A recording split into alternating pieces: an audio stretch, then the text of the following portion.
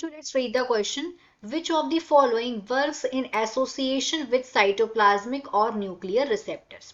Question में बोला गया है कि कौन है इसमें से जो वर्क करता है एसोसिएशन करके साइटोप्लाज्मिक या न्यूक्लियर रिसेप्टर्स के साथ।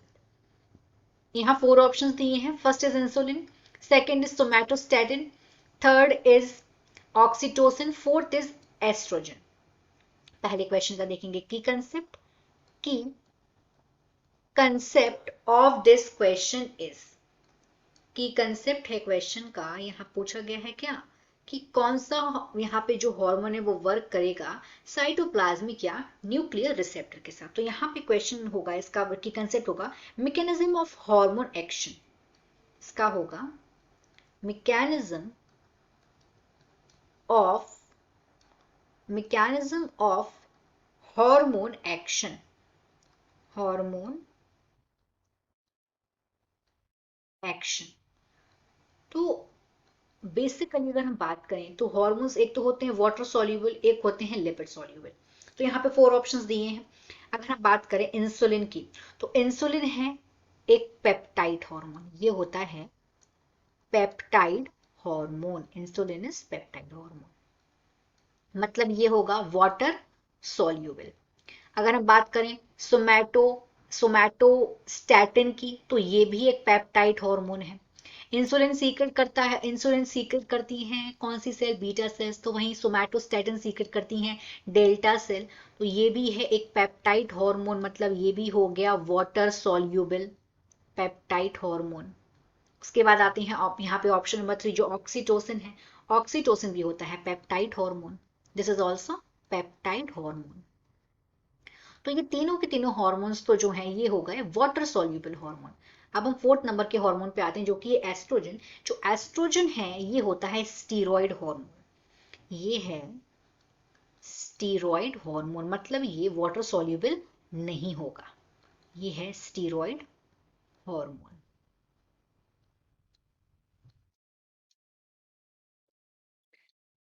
अब हम बात करते हैं यहाँ पे जो एस्ट्रोजन है वो क्या है, स्टीरॉयड हार्मोन रिसेप्टर है। तो ये इसके जो रिसेप्टर्स हैं, अब जैसे कि यहाँ पे हमें माना ये जो हार्मोन है एस्ट्रोजन, ये जब सेल के अंदर ये क्या है, ये जो एस्ट्रोजन है ये लिपिड सॉल्यूबल है। ये हार्मोन स्टीरॉयड हार्मोन है, इसीलिए ये हो गया लिपिड सॉल्यूबल, ये होगा लिपिड सॉल्यूबल।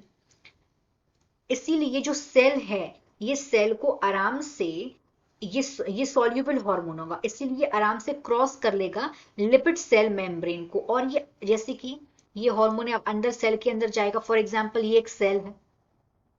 अब सेल की जो ये बाई मेम्ब्रेन, जो सेल की जो जो मेम्ब्रेन होगी उसको पार करके अंदर चला जाएगा।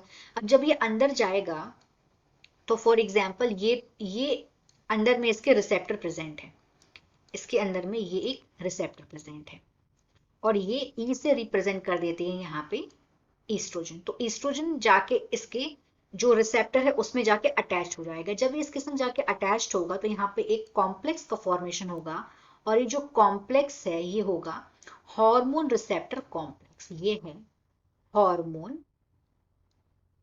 रिसेप्टर कॉम्प्लेक्स होगा, ये हार्मोन रिसेप्टर कॉम्प्लेक्स का फॉर्मेशन होगा, कॉम्प्लेक्स।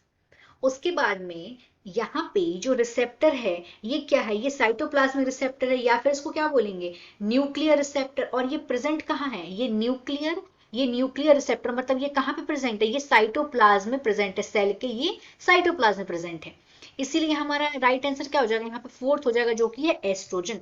एस्ट्रोजन एक स्टीरॉयडल लिपिड सॉल्युबल हार्मोन है, ये क्रॉस कर सकता है लिपिड सेल मेम्ब्रेन की और ये इसीलिए बाइंड कर रहा है इंट्रासेल्यूलर रिसेप्टर के साथ जो कि कहाँ प्रेजेंट है, सेल के अंदर प्रेजेंट है। मतलब इसका जो रिसेप्टर है, जो इसका जो रिसेप्टर प्रेजेंट है वो कहाँ पे प्रेजेंट है, हम देख सकते हैं ये जो रिसेप्टर है वो हुआ intracellular receptor, this receptor is intra cellular receptor हो गया ये receptor.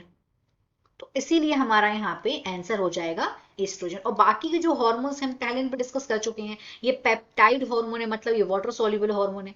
So in this question the final answer is 4th, that is estrogen. Hope you understood it well. Best of luck.